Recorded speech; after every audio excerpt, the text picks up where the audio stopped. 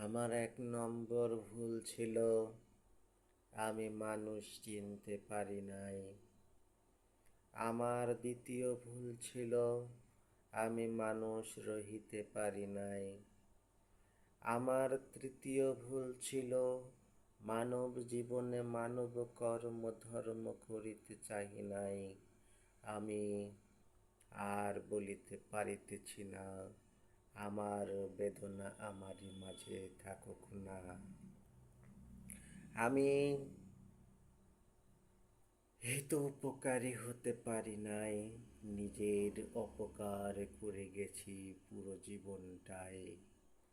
তারপরে আমি আর কিছু বুঝতে পারি না, আর কিছু শুনতে চাই না, আর কিছু জানতে চাই না। Likey